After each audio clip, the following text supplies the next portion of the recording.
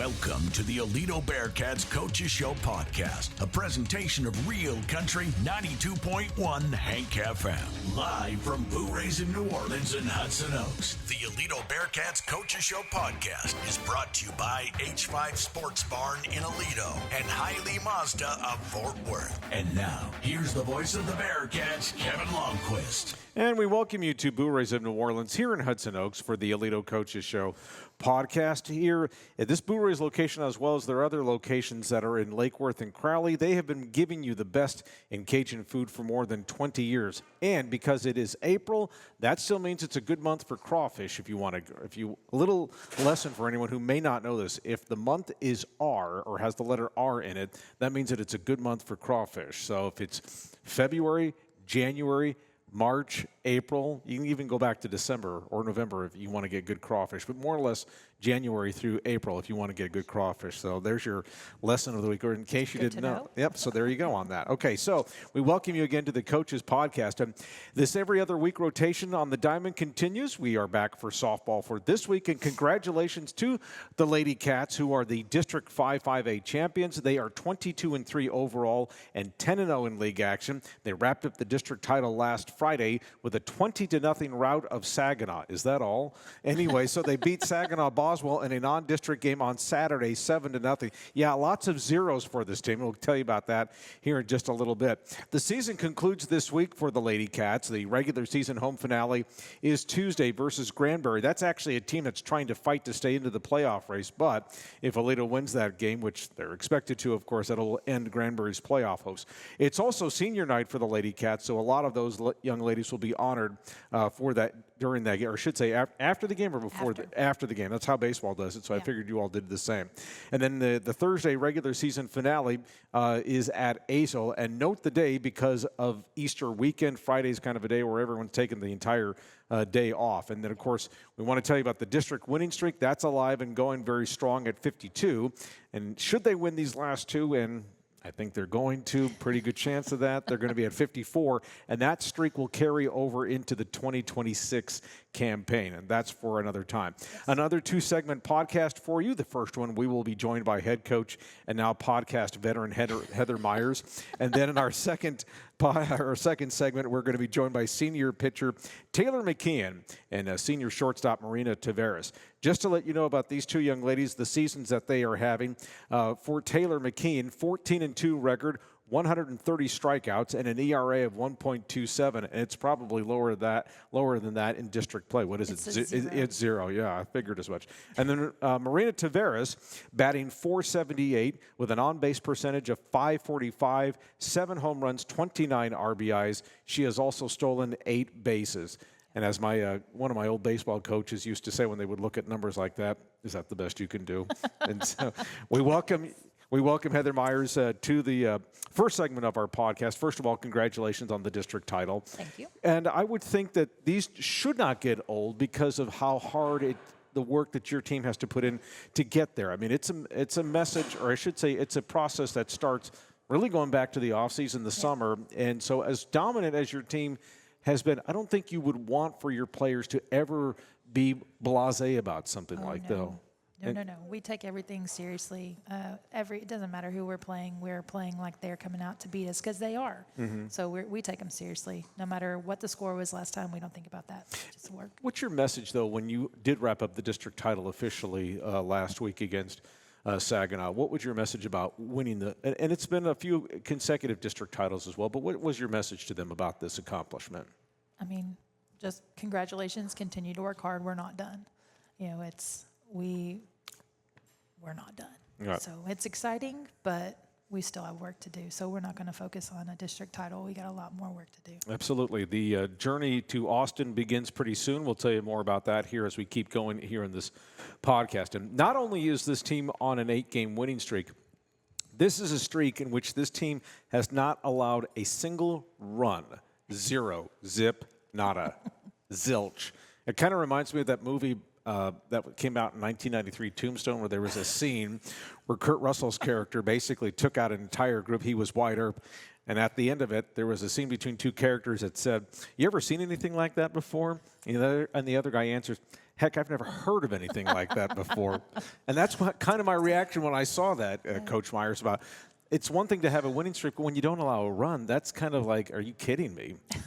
Well, we don't even focus on that, really. I mean, it is an outcome that's happened the last 8 games in a row. I mean, we go out to win. We go out execute. We know if we play 21 clean outs, then we're going to be hard to beat, especially with how dominant our pitching is. So, again, we don't focus on, hey, we're not going to let them score a run. We're just trying to take it, again, one pitch at a time, go win the game. And it just I like how you said 21 outs with a straight face, because a lot of these games have not reached 21 outs. they've been 9, they've been 12, they've been 15 because of some of these scores here. But but it's also one of those things too, because it's not like these teams are rolling over. I'm sure sometimes they will look at you guys and have that. We've talked about this before, where they're going to feel like, man, we're really up against it against them. But still, they got to go out and try and do their thing, and they've got to at least try and score on you guys. Yes. And so it's one of those things where you have to keep your edge too. And that's one thing about the streak, is the fact that you guys have taken it to that next level, though. Can you explain what you've seen in these last 8 games in terms of just the way this team has executed in all phases? They're just super comfortable on the field. They walk out there ready to compete, and they don't seem fazed by much of anything. So I feel like that shows their confidence, that shows their maturity. So I'm really proud of them for just walking out and wanting to compete, and then continuing to compete even after the game's pretty much out of hand. I would think that the win over Boswell, 7-0, that might carry the most significant of all of the games that you've won consecutively in terms of these shutouts. This is a Class 6A team that should be in the playoffs out of District 3 6A. The game was at their place. These are things that you wanted to get done before you got into the playoffs. You actually were trying to get another 6A or Saturday game before you all hit the playoffs. So you got that. And so what did you take away from that outcome? This Boswell team may not be as what they've been in years past, but it's still a 6A team. And, you guys lost to a 6A team as your last loss, and that's Waco Midway, who is a great program. Right. But still, you've got to, when you're playing up a level in classification, that tells you something about where your team is at, I would think. Yes, absolutely. Well, they have better pitching, and so we went in kind of, excited to see a more dominant pitching staff. So we prepared, and they walked into the box. I feel like they were very focused. We always have a game plan. I tell them, this is what it is. This is what you're looking for. And they're mature enough to know that already, usually, and then they just step in the box and they execute. So it was good to be able to go in and see pitchers that have really good spin, that can place the ball on either side of the plate, that can change levels for eyesight and keep a hitter off balance. And I feel like we did not struggle, like after seeing what we've been seeing, the struggle was not there. Of course, you're not going to go like 3 for 3, obviously, but we had some really quality at bats, which is what we shoot for. I don't tell them, I want you to go out and, you've got to go 1 for 3 to be on the field for me. You got to have this batting average. I tell them I'm looking at quality at bats, and I'm looking at on-base percentage. So if they're having quality at bats and still getting a strikeout, I'm still keeping in my head, okay, like they fouled off like 8 pitches. They're allowing their teammates to see all these other pitches, they're showing their team, this is what this pitcher's got, and we're wearing them out. So I was really proud of them for going up there and having lots of quality at bats on Saturday. So I saw a lot of good things offensively and defensively. When the pitching that you saw against Boswell for your lineup, can you kind of equate it to what you think you could be seeing in the playoffs? Is that arm kind of like typical of what you'll be seeing for maybe the second round or third round? Or how would you, or is it even fair for me to even ask a question like that? Well, I think it's a little better than what we might see first round, just because I know there's been a struggle with that team that I feel like we're going to be playing with their pitching staff anyway. But Boswell has a freshman pitcher that is phenomenal. She's got great spin, lots of movement. So that's something that we're going to see. She reminded me a lot of the Birdville pitcher, and people like better dominant pitching. So it was really good to see that when she came in, for sure. Okay, so I want to ask you kind of a philosophical question as a coach. In a streak like this of 8 consecutive wins, when you are going through something like this on the good side. Is this the coach who wants to tinker, or are you one who basically kind of stays out of the way because they've been on this roll? So it's. I don't want to say that you're kind of. I don't want to say coaches are going to be superstitious or anything like that, but it's also like, if it ain't broke, don't fix it. Yeah, that sort of thing. So what's your approach and how you've just kind of gone through these 8 games with these young ladies? Well, again, like we don't. Once we win, like that's out the window. We're not focusing on, hey, this is our streak, this is what we're on.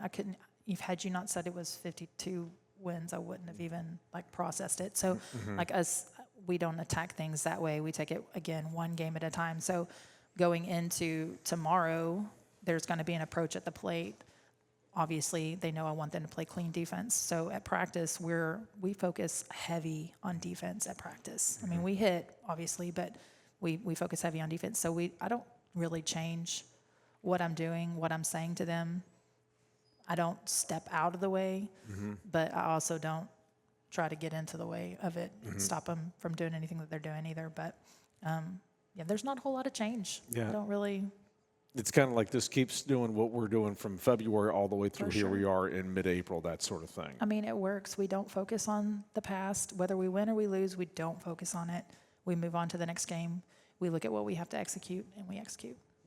And I mentioned a few moments ago that should you all take care of business against Granbury and Azle, that district winning streak will be at 54. Now, this is a week where, to use a phrase, you kind of got house money because there's technically, I use this with air quotes, technically nothing to play for, but coaches will find something to play for. So what are you looking for in a week like this in terms of, because you're 10-0, you've got this winning streak, you know you're going to be the top seed in 5A Division I in that bracket in Region 1. So everything is all set up. So these last 2 games are kind of working without a net. So how do you approach a week like this, and what do you want to try and get your team to work toward as you all are getting ready for the playoffs the following week? We are going to continue to stay disciplined at the plate. I don't want them going and chasing crazy pitches because they want to swing, they want to put a ball in play.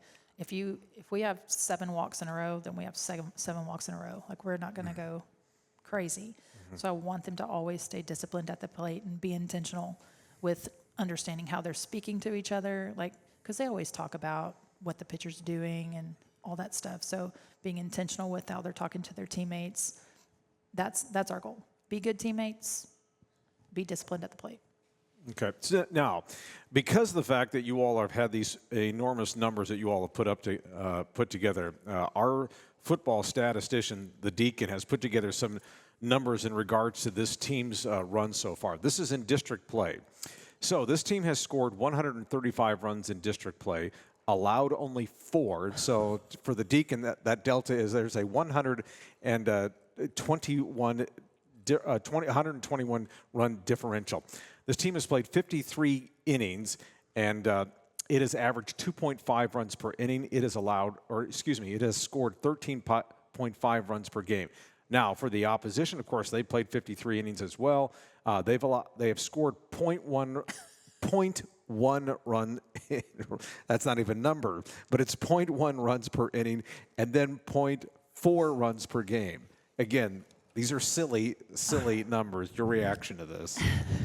That's incredible, actually. That speaks to our pitching staff and how dominant they are. My goodness. That's incredible. And so let's look ahead here as we wrap this up with you, Coach, about the 5A Division I, Region 1 playoffs. Again, as we mentioned, you're the top seed in Division I in Region 1 in that bracket. District 6 5A, when we were talking before we recorded this, that they still had some things that they were trying to get settled as far as like who your opposition would be. So give us an update on the possibilities for the opening round game next week. What do they got to get served, and who could the Lady Cats be seeing next week? So what I think is that we're going to face Colleyville Heritage. It looks like they're going to finish and go D1. But there's also Argyle and Richland. Argyle is 5-5 right now, and I think Richland is 4-6 or 4-7. So Richland would have to win their next 2 games, and Argyle would have to. They'd split to be tied at 4. But if Argyle wins both games, which I don't know, or if Richland loses both games, which is very possible, they're out. So the odds are that we're going to be playing Colleyville Heritage. Okay. Have you played them in recent years? Didn't you all play them last year or maybe the year before? I can't remember what year it was. So 21 and 22, we knocked them out in the third round both years. Okay. And 23, pretty sure is when we lost in the second round, or we would have had them in the round 3 again. Okay. That's the year they went to state. Oh, okay. And then last year, I'm not sure. We didn't see them at all last year. But they've always been competitive. They're super scrappy. So I'm looking for a good game. And if it is whoever you get, though, are you kind of anticipating another one-game playoff, or what's kind of your sense of this? Well, Colleyville has multiple pitchers, so I don't know. I know the coach a little bit, but she could go either way. She could want to flip. She knows our staff. She might want to go one. But again, she has 3 or 4 pitchers, and then Richland has 2 pitchers that I know of. If they do end up making it, so it really just depends. It depends on the coach. I feel like Richland would want to go best 2 out of 3. I think Colleyville is probably going to want to go 1. Okay, we'll see how that all unfolds. And then finally, Tuesday night, again, we mentioned senior night for this team. You're going to be honoring several seniors for this team that's hoping to make another deep run again, of course, trying to get back to Austin for the state tournament. When you think about the senior group and what it's done, of course, the winning streak, the district winning streak speaking for itself, but other things that this thing has accomplished, what have these seniors meant to this program? Oh, man, they're incredible. Incredible girls, incredible teammates. Outside of softball, they're just good people. You see them talking to people. You see them lifting each other up. You see them going and helping other people. It's just they're good people, which is what you want to see. It's great that they're great ball players, and I love that they can play ball, but I love more that they're kind. So they've meant a lot to this program. I'm going to miss them a lot. Absolutely. Well, hopefully you get to coach them for about 6-7 more weeks, because then that would mean right around Memorial Day, if not beyond on that. And, of course, we'll wish you nothing but the best of luck for that, Coach Myers. Thanks so much for being with us. And we also want to remind you that this Aledo Coaches Show podcast is brought to you by H5 Sports Barn. H5 Sports Barn and Nye Physio and Performance can help unlock your athletic potential and elevate your game like the Aledo Bearcats. With expert sports physical therapy, tailored recovery plans, and top-notch sports performance training, H5 Sports Barn, proud supporters of the Aledo Bearcats. As well as Hiley Mazda. Head to Hiley Mazda of Fort Worth today. Their new state-of-the-art facility is conveniently located just off of I-30. Exit Las Vegas Trail and experience top-notch service and hassle-free buying. Don't forget to ask about this month's special offers. Hiley Mazda of Fort Worth, family-owned and operated for more than 30 years. Stick around. The second segment of the Aledo Coaches Show podcast continues. A couple of those seniors will be up here joining us. That'll be senior pitcher Taylor McKean and senior shortstop Marina Tavernas. Back after this timeout. And back here on the Aledo Coaches Show podcast, time now to give you some Aledo notables. Spring football started on Monday for the Bearcats, and that will be running through mid-May. Many players, too, are scooping up some Division I and Division II offers. We'll tell you more about that as they come along. And, of course, once the spring football season ends, about a month from now, we'll have head coach Robbie Jones kind of break down how things went for the Bearcats as they're getting ready for the offseason and the summer. And, of course, a busy summer for the Bearcats as they get ready for the 2025 football season. Baseball with a huge District 5-5A series with Granbury this week. Both are tied for the top spot at 8-0. The first game Tuesday in Granbury. The second game is Thursday in Aledo. Then it's the Region 1 golf tournament this week in Lubbock. Back-to-back district champion girls team is there. The district champion boys team will also be there. The girls started on Monday. That will conclude on Tuesday. And then the boys are going to be teeing off both Wednesday and Thursday. And then the Region 1 track and field meet is Friday and Saturday. That's also in Lubbock. A couple of notables there for the girls. Addison Smith in the 100-meter dash, Sophia Brandenburg in the 800, Molly Garrison in both the 1600 and 3200, and then the 4x400-meter relay team. For the boys, Trey Warner in the 400 meters, Adam Averett in the 300-meter hurdles, as well as the 4x400 relay team. All of those folks I just mentioned and those teams won at the area meet that was last Friday at Aledo. Now, pleased to be joined by a couple of the seniors from this team that is off to this tremendous start at 22-3.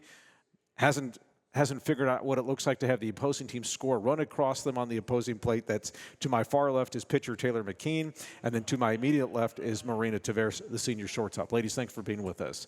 Thank you for having us. All right, so congratulations on the district title. I guess I'm going to ask you plain and simple. I'll start with you on this, Marina. Just what does that mean? Because I know for the expectations that this program has year after year, but what does that mean, though, to win a district title? Because that's a lot of hard work put into something like this. I think it's just like showing us that all our hard work is paying off, and it's just showing like that we can go far in state, and that working together, that we just have this bond, and it's going to take us really far. And like through practice, that we are just getting closer and closer to our goal. Okay, and then for you, Taylor.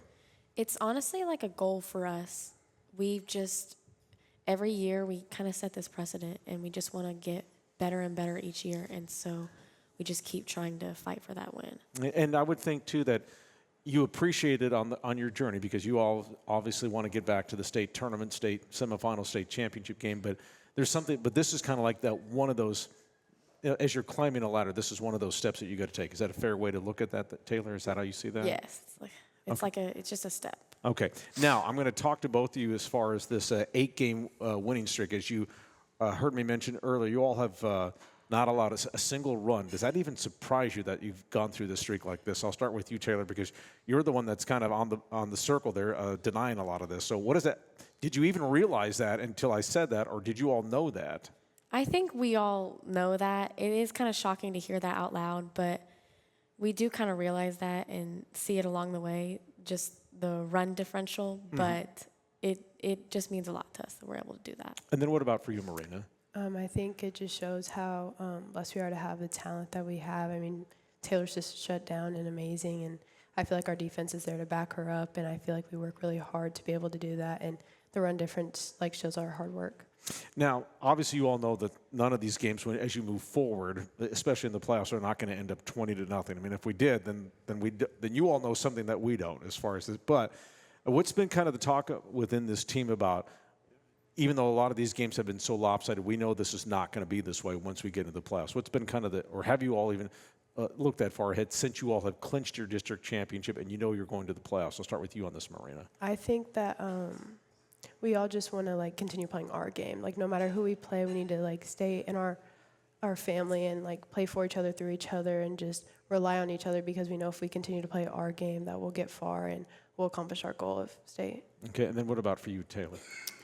It really is just, we know that that's not gonna stay forever, and obviously just to prepare us for playoffs, we try to keep that run, like we try to keep our run score very high, and obviously the most practice we get is off of each other, and that's how we get the best. So we really try and treasure that time during practice. And I would think, too, that just the intra-squad scrimmages that you guys have against each other, what's the intensity like in those? I'll start with you on this, Marina.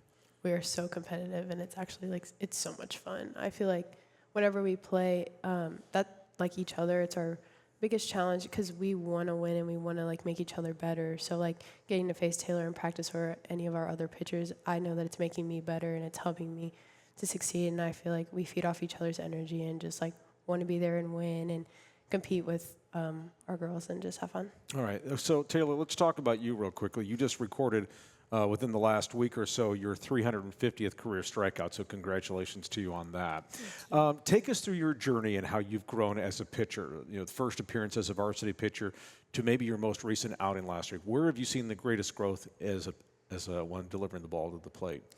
It's as I've grown up, just progressing through the program, I've had a lot of great pitchers ahead of me and people I look up to still to this day. There's Natalie and Brenly, who I'm so grateful to have played under and just been able to watch and see what they've done, and it's just allowed me to get better through the years. If there's one thing that you feel like you've taken from each one of them that you feel like you've been able to execute in your game, can you think of one of those things? Brenly has this confidence that is just, I want to be that confident on the mound. I just strive to be that confident on the mound. And Natalie is she's an amazing person, an amazing teammate on and off the field, and that helps her pitch a lot. And I wanted to mimic that too. I think maybe you would agree with this, that pitching is an art. And we mentioned that 2 weeks ago. You were sitting over there in those tables when I talked about changing speeds and changing a hitter's eyes. what's been the key for you to try and accomplish that? Because you don't put together, again, this record is 14-2, 130 strikeouts, an earned run average of 1.27. You don't put that together by just walking out there and just whipping the ball all over the place. It's been one thing where you've really had to work at this time and time again over the years. What do you think has really been one of the things that you focus in on that's helped you reach this level of success? I try and focus like pitch by pitch. I try and master. I'll throw a pitch over and over and over again until I can get it, and that's really been the key throughout all these years. Okay, and then just working with your catcher, Austin Marriage, what's that been like, just working with her? Because we talked about her. We talked with her 2 weeks ago about working with you, so I want you to give me the pitcher's version of that relationship. She is very honest with me. We have that relationship where we're able to be honest. She'll tell me if I'm not throwing my best. She'll tell me if my pitches don't move enough. And she'll honestly just encourage me to be better and to push harder and to keep going.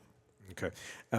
Marina, for those who don't know, she is the daughter of former Major League Baseball player Willie Tavernas. He spent most of his career with the Houston Astros. He broke in 2005, and I'm old enough to remember when he was a rookie, so that's speaking too old for me. But anyway, pretty fast outfielder, nearly 200 stolen bases. And one thing about Willie is that he has the Astros team record for a 30-game hitting streak. Are you going to try and get to 30 games as well on that, Marina? Yeah, I'll see if I can beat him. All right. Let's talk about the influence he's had with you over the years, because he probably introduced you to the game of softball, and just what has his influence been like for you just growing with this game and becoming the best that you possibly can at it? Well, I feel like I always wanted to be like Dad, and so like being able to have him help me and coach me, like I always remember him being like, okay, let's go outside, let's grab our glove, let's get better today. And I mean, through him, I'm going to play D1. Like I made something out of the sport I love because I wanted to be like Dad. And I can always count on him to be in the stands, and like we just have this like connection where like I know what he's singing like to help me get better on the field. Mm-hmm. And I'm just so appreciative. I'm so blessed to have him. I want to ask you, what if there's been 2 or 3 things that maybe he's taught you about the game? Maybe not so much, the repetitions, the daily fundamentals and that sort of thing, but what has he taught you about just appreciating playing this game because of how difficult it is? He's taught me that like it's an honor to be out there with the people you're on the field with. Like take that advantage, make a family out of the people you're out there with. He's taught me to just give it my all because there's going to be a day when I can't play anymore, mm-hmm. and to just appreciate it and like be with my girls and just have fun because I'm not going to be able to play forever. Yep. And then your numbers this year, again, for those who didn't catch it earlier, a batting average of .478, an on-base percentage of .545, 7 home runs, 29 RBIs, 8 stolen bases. In terms of just your approach at the plate, are you aggressive? Do you stand in the box, deep in the box, or what's kind of your approach when you're at the plate? I stand middle back so I can see the movement of the pitcher. But my approach is always just let the ball travel, because no matter where the pitcher pitches the ball, if I'm not letting the ball travel, I'm not going to be able to accomplish a hit or, do my best. So I need to just stay back and wait for the ball. At least that's what I say in my head when I'm facing a pitcher. And I always try to remind myself that as long as the catcher can catch the ball, I can get a hit. Mm-hmm. So, yeah. Okay, so defensively, what was the attraction to playing shortstop? It's the best position, I feel like. It's the captain of the infield. I like to take control, and I feel like that's how I support our pitcher. Mm-hmm. And, I just try and do my best for Taylor or whoever's on the mound that day. This offensive season, getting back to that real quickly, anything that you've seen specifically? You talked about, obviously being to identify pitches and that sort of thing, but is there anything that you've seen where the difference in your game is offensively? And if there is, has it been something that you've tweaked with your swing? Is it something just being able to, as you maybe piggyback more on, you're just picking up pitches, that sort of thing, or what have you seen? Well, this season I feel like I've done a much better job of laying off rise balls, and our coach, Coach Myers pushes us to have great at bats and see a lot of pitches and not go out swinging when we could execute. So I feel like this season I've been seeing the ball a lot better, mm-hmm. and rise balls and off speeds, I've been able to stay behind those and drive them instead of striking out. Okay, you try to spray it all over the field, or are you more of a pull hitter, or how would you describe your? I try to go with the ball. Do yeah. All right, so let's just talk about, first of all, these 2 young ladies are going to have college opportunities. For Taylor, she's going to be pitching at Tarleton State over in Stephenville, and then for you, Marina, you're going to be at Colgate University up in New York. And so just first of all, these opportunities to continue your career at the college level. I'm going to ask you about this first, Taylor, about just having this opportunity. And you've seen many of your teammates go before you also play at the collegiate level. What has that meant for you, though, when you had this opportunity, you committed with Tarleton, and then you signed, and now you know where your future's taking you? It's amazing to be able to see all that we've worked for throughout these 10, 11, 12 years we've been playing. It's honestly, it's unreal that we're able to play at the next level, and that we have this opportunity to not just go, not play at a low school, to play at D1 and to play at that level. It's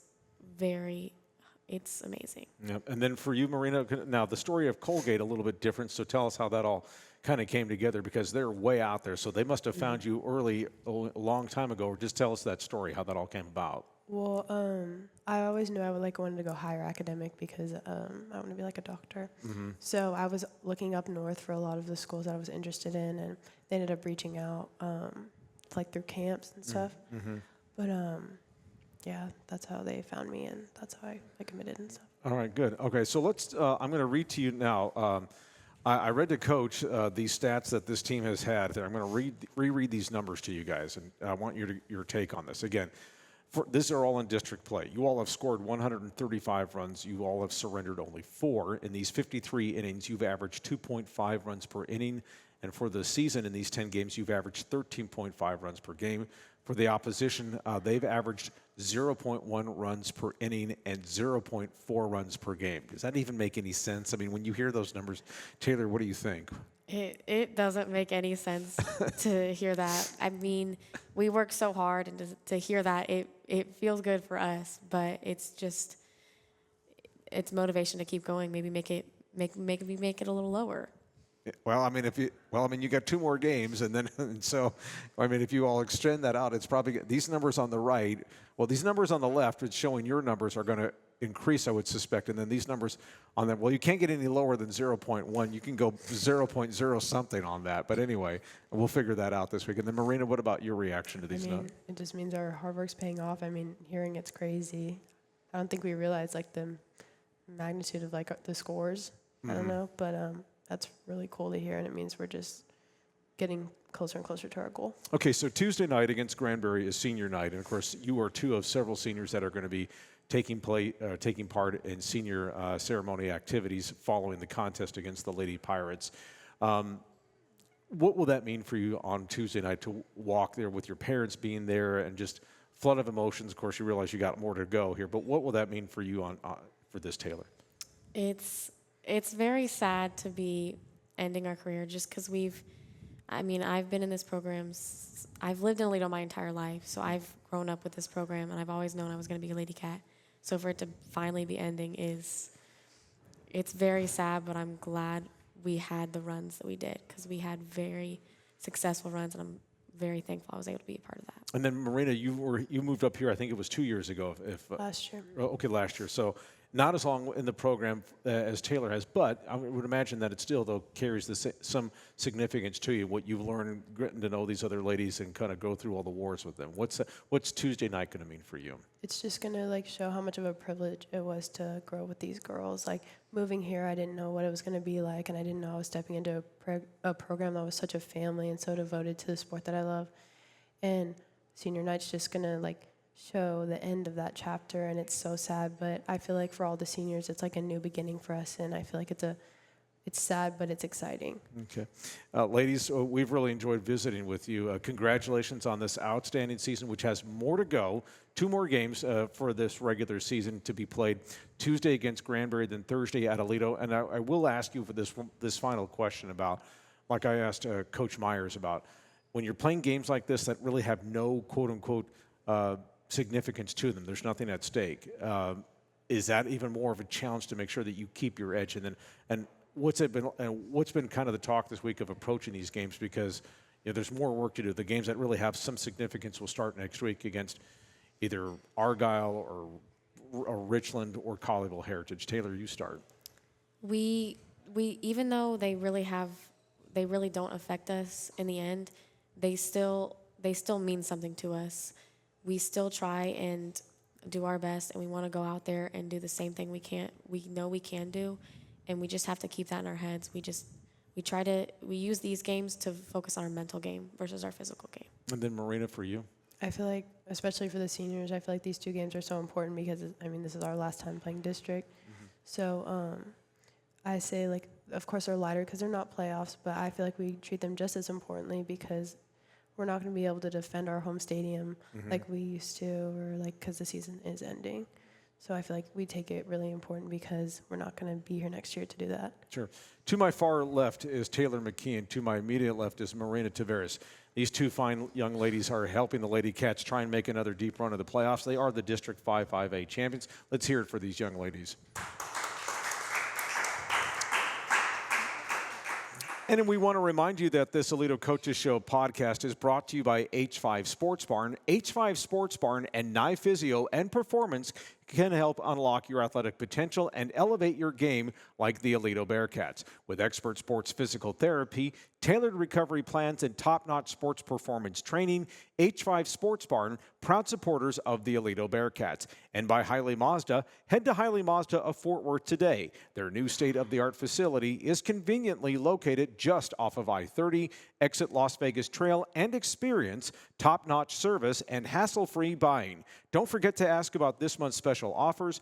Hiley Mazda of Fort Worth, family-owned and operated for over 30 years. Next week, baseball into the final week of its regular season. Head coach Chad Berry returns with a couple of his players as they will look ahead to that final week of the regular season and then on to the playoffs. We'll also talk about how that series against the Granbury Pirates turned out. The Bearcats have already clinched a playoff spot, and they know they will be in the 5A Division I bracket. So for my engineer, Brian Torres, and the Hank FM promotion staff, I'm Kevin Lonnquist. Thank you for being with us each week. We'll talk to you all next week from Bourrées of New Orleans in Hudson Oaks here for the Aledo Coaches Show podcast. So long, everybody. Thanks for listening to the Aledo Coaches Show podcast, brought to you by H5 Sports Barn in Aledo and Hiley Mazda of Fort Worth. With the voice of the Bearcats, Kevin Lonnquist. Please like and subscribe to this podcast and tell a friend. You're also welcome to join us every Monday night at 7 for Bourrées of New Orleans in Hudson Oaks. It's the Aledo Coaches Show podcast, a presentation of Real Country 92.1 Hank FM.